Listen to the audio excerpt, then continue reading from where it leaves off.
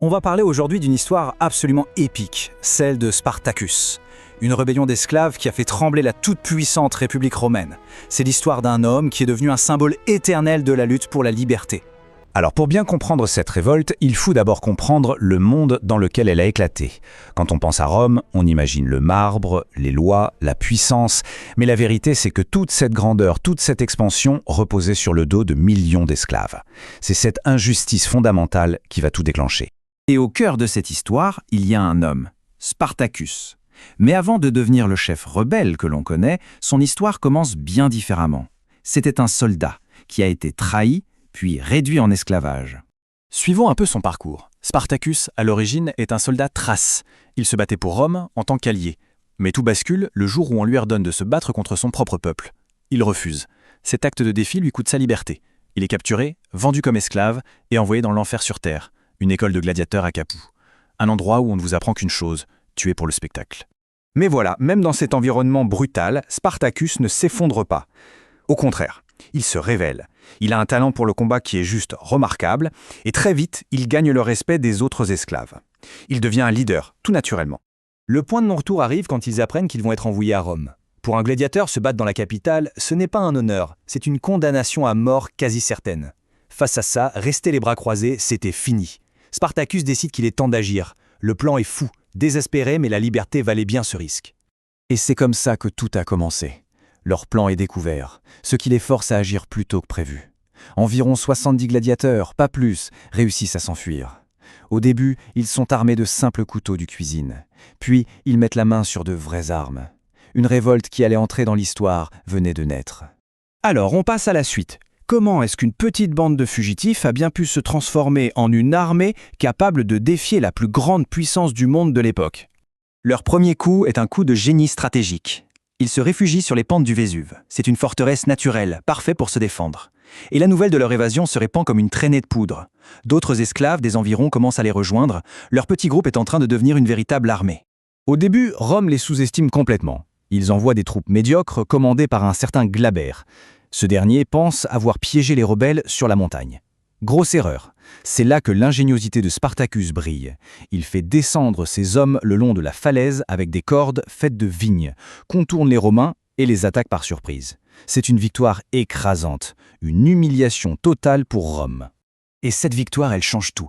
C'est l'étincelle. En moins d'un an, l'armée des rebelles, galvanisée par plusieurs succès, atteint un chiffre incroyable, près de 80 000 personnes. Une force absolument colossale. Mais alors que leur puissance extérieure ne cesse de grandir, un poison commence à s'infiltrer à l'intérieur même du mouvement. Le plus grand danger pour la rébellion, ce n'était peut-être pas Rome, finalement, mais ses propres divisions. Ce conflit interne, il s'incarne à travers deux hommes. D'un côté, Spartacus. Lui, son but, c'est la liberté. Il veut traverser les Alpes et que chacun puisse rentrer chez soi. De l'autre côté, il y a son second, Chrysus. Lui, il rêve de vengeance. Il veut marcher sur Rome, piller la ville. L'un veut s'échapper, l'autre veut conquérir. Deux visions totalement opposées. Impossible de les réconcilier. Et la décision qui est prise, elle est fatale. L'armée se divise. Chrysus part vers le sud avec 30 000 hommes, pendant que Spartacus continue vers le nord, avec toujours l'espoir d'attendre les Alpes. La conséquence de cette division ne se fait pas attendre, et elle est tragique.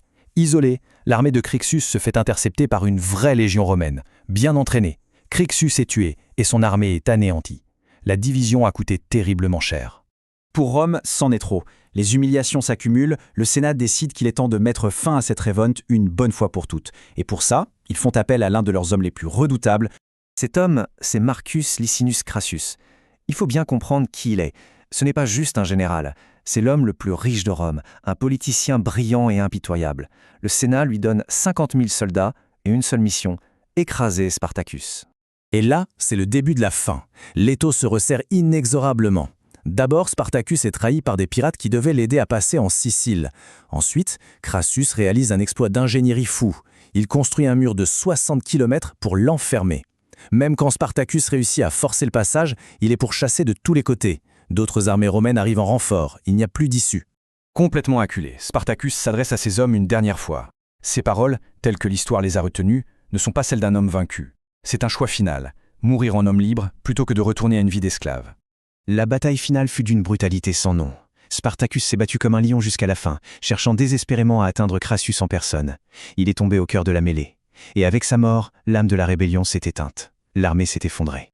Mais attention, la fin de la bataille n'est pas la fin de l'histoire. Loin de là.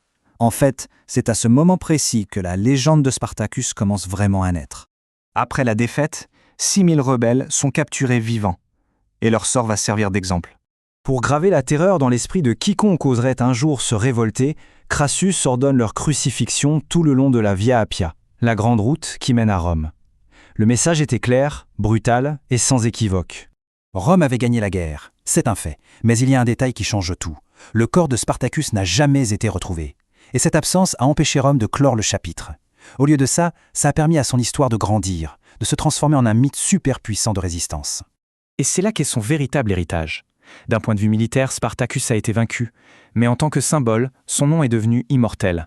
Son histoire a dépassé sa propre défaite pour inspirer d'innombrables combats contre l'oppression à travers les âges. Ce qui nous laisse avec une dernière question.